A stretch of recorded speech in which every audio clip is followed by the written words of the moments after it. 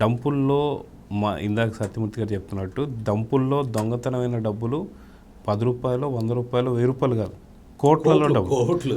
కోట్లు కొట్టేసినా సరే వాళ్ళకి అర్థం కాని పరిస్థితి ఉందంటే, ఇందాక సత్యమూర్తి గారు చెప్పినట్టు ఎన్ని కోట్లు వీళ్ళు డంపులు పెట్టారు ఏంటనేది మనం పక్క పెడితే, వాస్తవానికి చెవిరెడ్డి భాస్కర్ రెడ్డి అనగానే మనకు ఒక గుర్తొచ్చే డైలాగ్ ఏంటంటే, ఒట్టేసి ఒక మాట, ఒట్టేయకుండా ఒక మాట చెప్పనమ్మా అని, అమ్మ మీద ఒట్టేశానని, అమ్మకు మాట ఇచ్చానని చెప్పేసి ఎన్నో మాటలు చెప్పేటువంటి చెవిరెడ్డి భాస్కర్ రెడ్డి ఇన్ని డంపులు దొరుకుతున్నప్పుడు ఆ డంపుల్లో దొరికినటువంటి డబ్బులు కూడా ఎక్కడ అంటే తుడాకు సంబంధించిన వాహనాలు. సో తల్లిని మోసం చేసి దేవుణ్ణి మోసం చేసిన వాళ్ళ పరిస్థితి ఎలా ఉంటుందంటే ఏం చెప్తారు? అంటే ఇప్పుడు నాకు ఇందాక ఆయన మాట్లాడుతుంటే కేసీఆర్ గురించి మాట్లాడారు. మొన్న చంద్రబాబు నాయుడు తిట్టేటప్పుడు కూడా మీరు విన్నారో లేదో, ఇక్కడ రియల్ ఎస్టేట్ అంతా పడిపోయింది అన్నాడు ఆయన. నాకు అది గుర్తుకొచ్చిందండి వెంటనే. అంటే మీకు అర్థమైంది ఎంత సింక్ అయిందో మీరు చెప్పింది. ఇవాళ ఇప్పుడు ఇందాక వారు చెప్పింది 100% కరెక్ట్.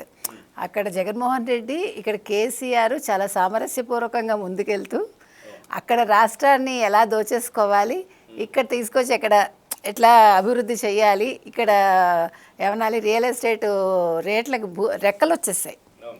అది అంటే ఎంత బాగా కరెక్ట్గా అది. అంటే ఇవాళ మీకు కేసీఆర్ బాధ ఏంటంటే అక్కడ జగన్మోహన్ రెడ్డి రాలేదు, ఇక్కడ నేను రాలేదు, వచ్చుంటే ఎంత దోచుకునేవాళ్ళం అని.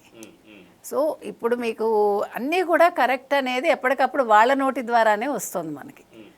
అటు జగన్మోహన్ రెడ్డి కావచ్చు, ఇటు కేసీఆర్ కావచ్చు. సో ఇవాళ మీరు అన్నట్టుగా చెవిరెడ్డి ఆయన పాపం ఒట్టేసి నిజమే చెప్పాడు. నేను తాగను అని చెప్పాడు కానీ తాగించనని చెప్పాల. ఆయన ఆ విషయంలో కూడా చాలా క్లారిటీ. కాదు సార్, కల్తీ మద్యం వ్యాపారం చేయనని చెప్పాల.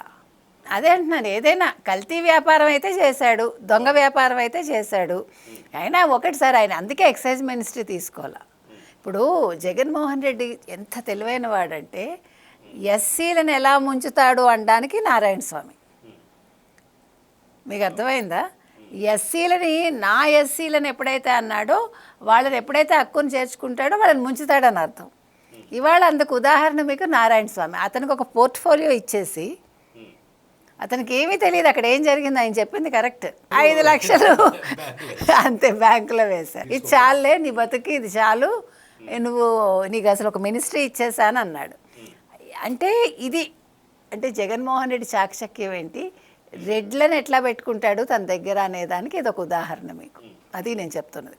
సో చెవిరెడ్డి కూడా చాలా తెలివిగా అందుకే తల్లి మీద ఒట్టేసి నేను మద్యం వ్యాపారం చెయ్యను, నేను మద్యం తాగను అన్నాడు. తాగించను అని చెప్పలేదు, కల్తీ వ్యాపారం చేయనని లేదు, దొంగ వ్యాపారం చేయను అని చెప్పట్లేదు. ఇవాళ వెంకటేశ్వర స్వామి మీద ఒట్టేసి ఆ మాటలు చెప్పమానండి. తుడా వాహనాలు నేను వాడలేదని చెప్పమానండి. తుడా వాహనాలు తెలంగాణకి వెళ్ళలేదని చెప్పమానండి.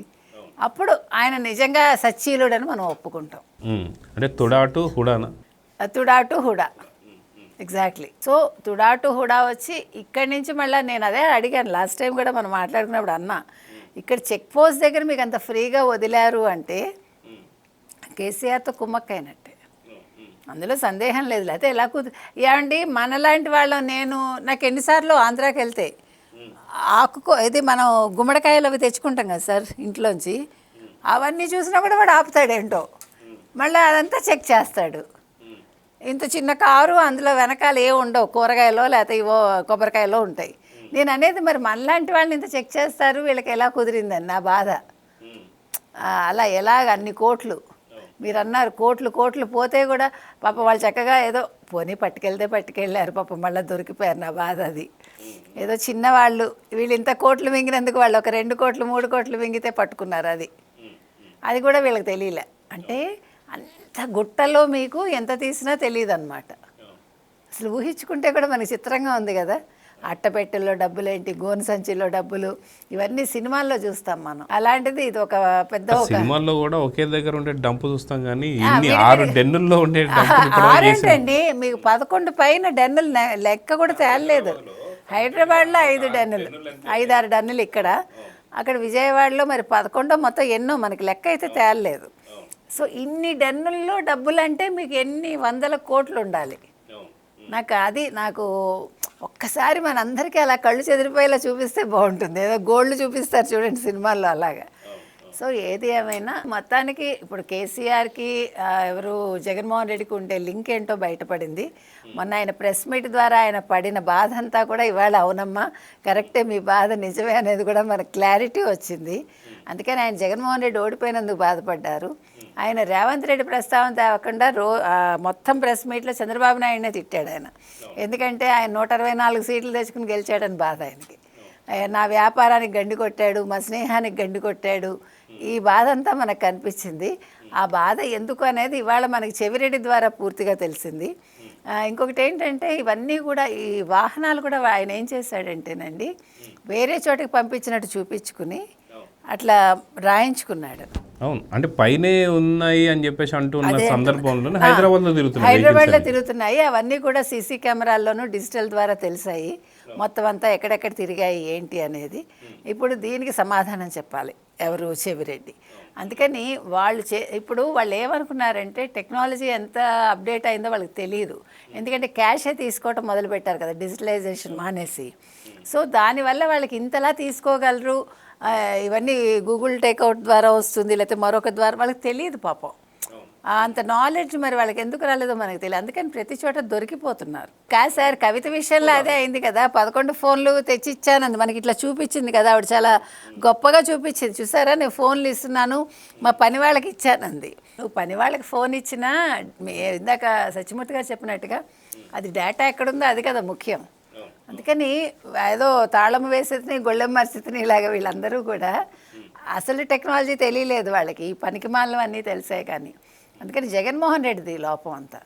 ఎందుకంటే పాప ఆయన చేయించాడు కానీ సరిగా చేయించలేదు. ఎప్పుడు కూడా చేసేవాడికి బుర్ర కరెక్ట్గా ఉండాలి, అంటే అంత ఎక్స్పర్ట్ కాదనమాట.